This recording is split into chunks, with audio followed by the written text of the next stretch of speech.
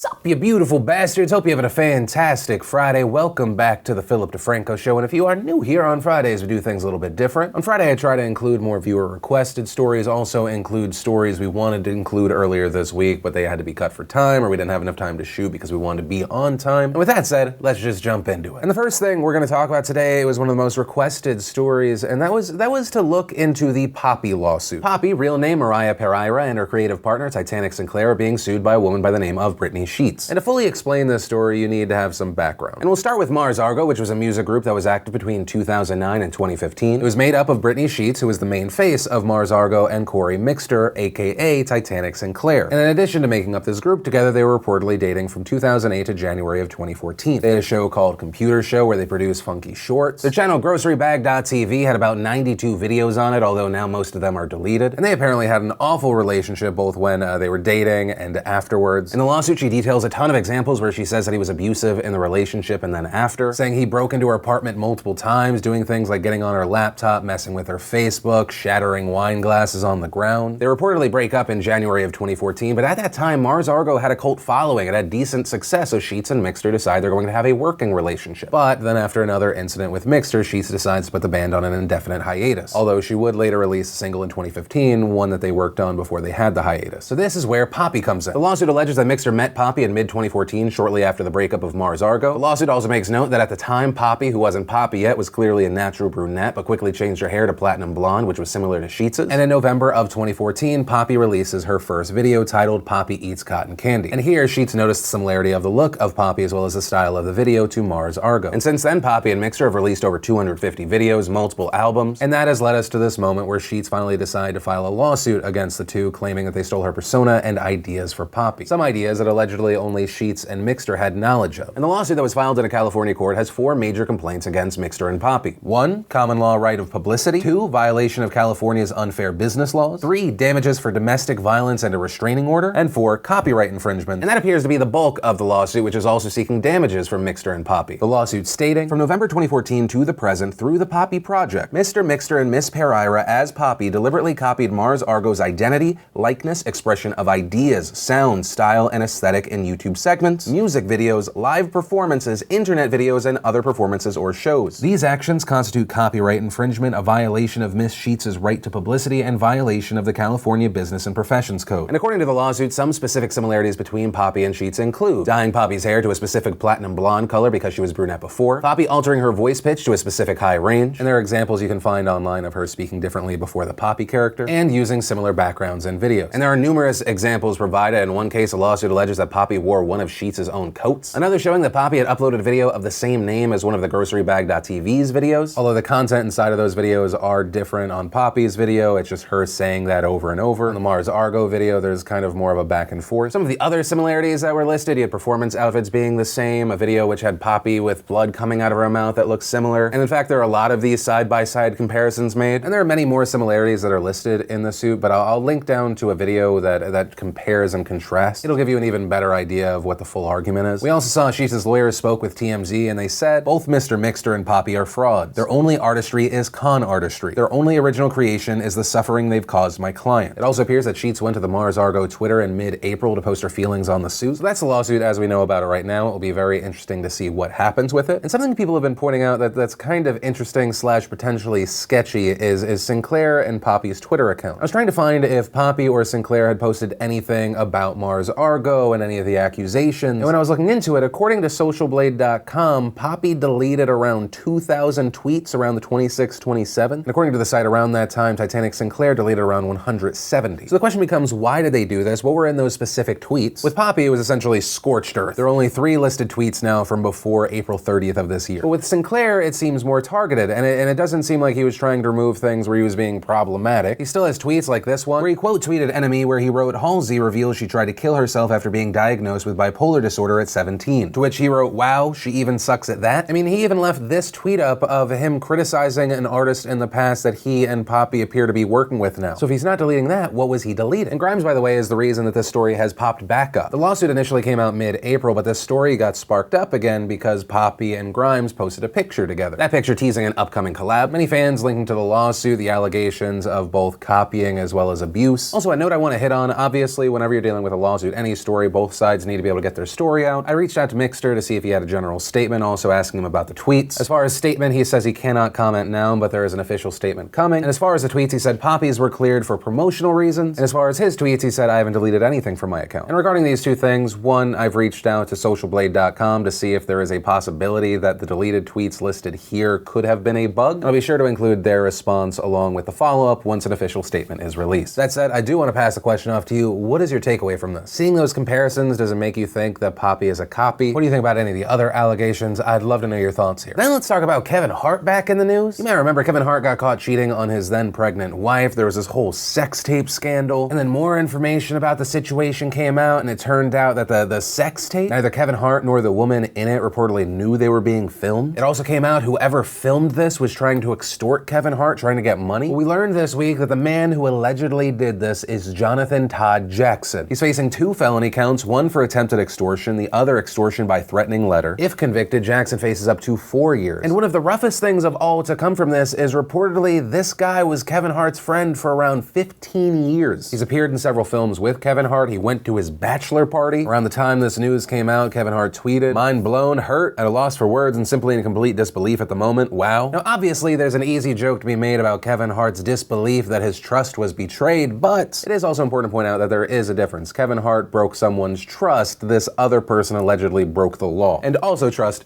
but the main thing is the law. Then, and apparently I've been wrong this entire time news, let's talk about IMHO. You may have seen online this week that there's been a debate over what those letters mean. Some saying it's in my honest opinion, others saying in my humble opinion. I have been in the in my honest opinion camp, but according to Merriam-Webster, the dictionary people, we're on team humble, TBH, and then linking to their site where it says in my humble opinion. But to that say, it's 2018. We're living in a post-fact, alternative fact world where you don't admit faults or that you're wrong. No, why learn from your mistakes when you can just double down on what you feel is right? And so in conclusion, IMHO, you can go straight to hell. Then quickly, let's knock out an update about this dress. We talked about it earlier this week. There had been a lot of outrage. There was hate being sent her way. That, of course, Keziah Dumb. She, of course, stuck to her guns, that it wasn't offensive. It was appreciation. She loved it. I was personally on the side of I don't get the outrage. It looks like she was appreciating a culture. Thought it was beautiful. But one of the big updates coming from this story is apparently in China, there's just a lot of confusion as far as why people are angry about this. China Daily reporting that on Chinese social media, people were praising the outfit. Users writing things like, it is not cultural appropriation, it's cultural appreciation. Can anyone living in the US let the girl know that many Chinese people think she looks stunning in this beautiful dress? Another saying they were very proud and delighted to share our cultural fashions with anyone around the world. We all support her. And this made me wonder, why did we see a completely different reaction in China than in the United States, which obviously was diverse, but there was a lot of outrage. Well, according to Li Bochun, who I'm probably mispronouncing her name, I apologize. Li is the director of the Beijing-based Chinese Culture Rejuvenation Research Institute. Li said that both the authorities and mainland people view the spread of Chinese culture positively, adding, for example, Chinese people are elated when foreigners speak Mandarin. Whereas in the United States, where there are a ton of different cultures, when you have a majority and minorities,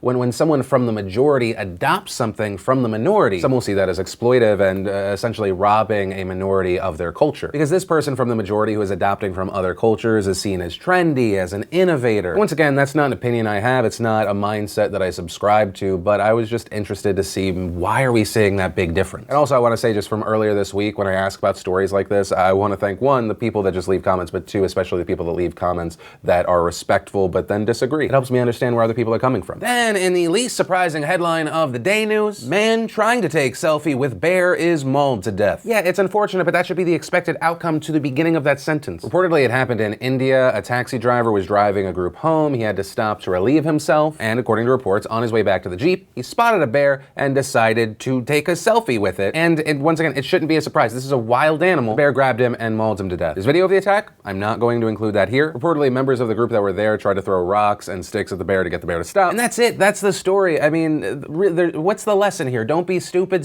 I feel a little bit bad because this is another human being who lost their life. But it should be pretty common sense that when you see a dangerous wild animal that could, if it just even wanted to, could murder the hell out of you, when you see it, the first thing you should do is not, hey, let's get a selfie. You do what every other normal person would do. You try and remember what you heard that one time about, was it a black bear or is it a brown bear? And with this specific one, are you supposed to make yourself big or are you supposed to go in the fetal position and act like you're dead? And you just hope you remember the right one. You only get this one life. Do not be stupid with it. Then we had the Twitter news, which you most likely know about if you have logged on to Twitter in the past day, but if you have not. Twitter is advising all 330 million Twitter users to change their password right now. And of course, like in all situations around this, if the password you used on Twitter is the password you used somewhere else, change that password as well. And the reason they're advising users to do this, according to their official blog, is that when you set a password for your Twitter account, we use technology that masks it so no one at the company can see it. And then adding, we recently identified a bug that stored passwords unmasked in an internal log. We have fixed the bug and our investigation shows no indication of breach or misuse by anyone. But then adding, out of an abundance of caution, we ask that you consider changing your password on all services where you've used this password. Then it goes into even more specifics about the bug. I'll link to the official blog down below if you want to read into it. So be safe out there, and also don't change your password to password or password 123.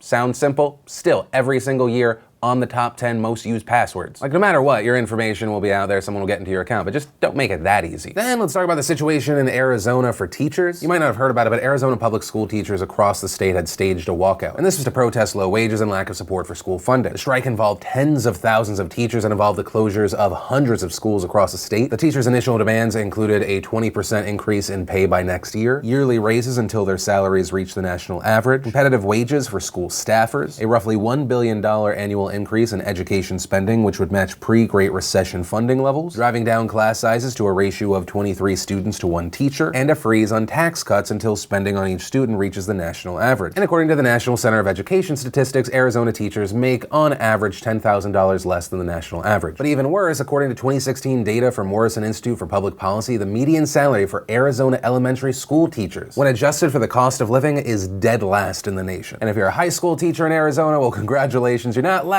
but you're 49. And keep in mind, while I'm talking about these latest walkouts, this situation actually started near beginning of March. It's been a long road. Governor Doug Ducey of Arizona trying to come up with solutions. Educators pushed back on initial plans, saying it did not do enough. That then brought us to the latest walkout, which started last Thursday, which then led to this last Tuesday, where Governor Ducey released a letter detailing a proposed budget agreement that he said was very close to passing in the state legislature. This budget largely mirroring his original proposal that he announced mid-April, but it did also give individual school districts the power to divvy up the money how they want. So for example, a school district can decide to give bigger raises to lower earning teachers and smaller raises to higher earning teachers. So with the educators looking for a 20% increase, they're getting it, but they're also maybe not getting it depending on their existing pay and depending on what each individual school district does, right? It's not across the board. The budget also called for restoring $400 million in school maintenance funding that was cut during the Great Recession within the first year. It also restores another $100 million in cuts next year as part of a plan to return school funding levels to pre-recession levels within 5 years. This money will go to things like new textbooks, school buses, support staff salaries. And in reaction to that, organizers with Arizona Educators United announced that while the budget proposal does not go far enough, if the legislature passed the proposed budget, then they would end the walkout and return to class. And what ended up happening was that the Arizona House, the Arizona Senate, they negotiated the bill, they passed it, and Thursday morning, Governor Ducey signed the bill into law. And the final numbers we ended up seeing was $644 million for schools to use to increase teacher pay by 20% over the next 3 school years, and it provides $371 million over 5 years to restore recession-era education cuts. And in response to this, as promised, Arizona teachers announced that they were ending the walkout. And that's where I'm going to end today's show. And remember, if you liked this video, you like what I'm trying to do on this channel, hit that like button. If you're new here, hit that subscribe button, ring that bell to turn notifications on. Also, if you missed yesterday's Philip DeFranco show, you want to catch up, click or tap right there to watch that. Or if you want to watch a brand new Friday vlog, click or tap right there to watch that. But that said, of course, as always, my name's Philip DeFranco. You've just been filled in. I love yo faces, and I'll see you Monday.